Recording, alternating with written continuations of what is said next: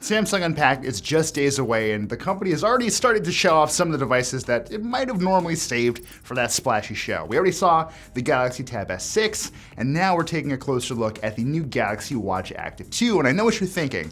It's kind of soon for a sequel, isn't it? I mean, like, the last Galaxy Watch Active only came out a few months ago.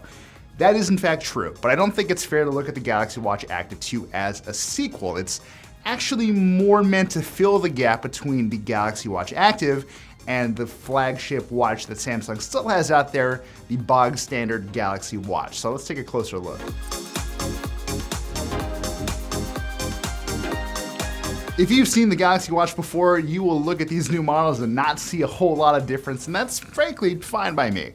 The real change here is the differences in sizes. Just like the original Galaxy Watch Active, there is a version of the Watch Active 2 that comes in a 40mm body, but that's not great if you have big hands or beefy wrists. So Samsung has also introduced a 44mm body that, for me at least, actually works really, really well. I think a lot of you are gonna like this.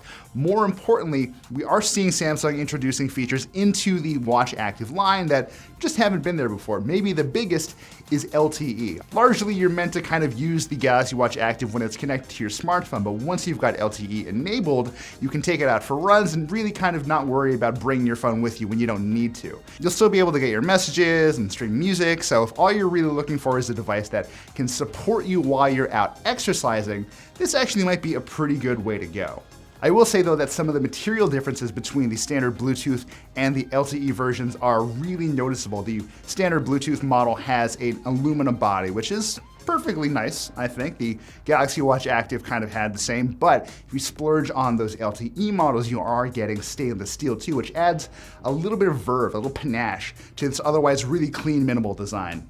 Now, like the Galaxy Watch Active before, the Watch Active 2 lacks the really cool spinning bezel that made devices like the Galaxy Watch so interesting to use. And to this day, I will still go out on a limb and say that the rotating bezel is probably the most elegant way to interact with a smartwatch.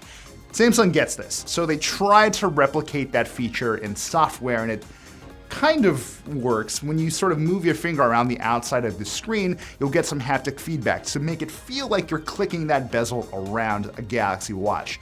It works to an extent, but it's not the same. It's fine. It just feels less interesting when you're replicating this in software rather than using something actually mechanical and well put together.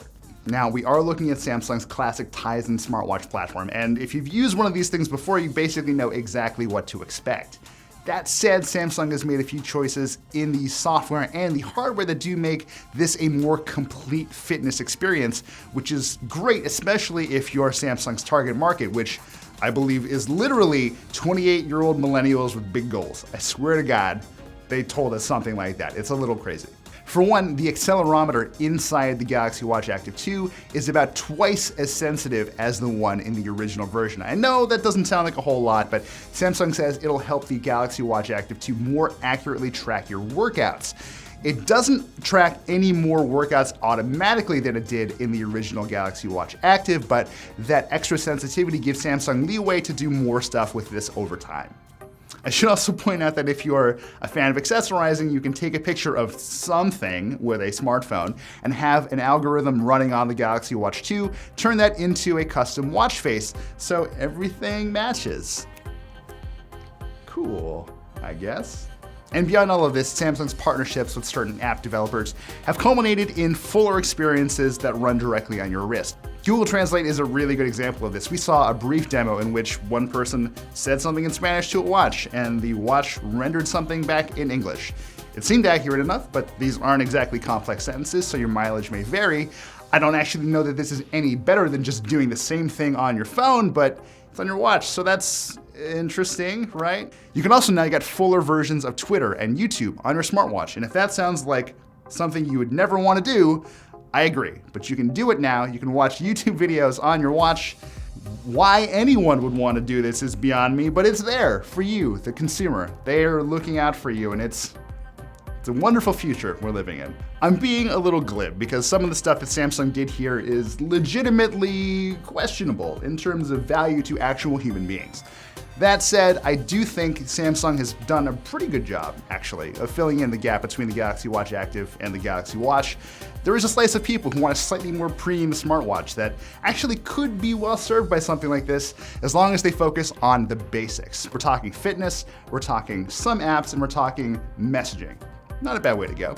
If you're really interested in what Samsung is trying to pull off here, you might want to pick one of these things up for about $280. That's for the 40mm Bluetooth version, but expect to spend a little more for some of the bigger, flashier models.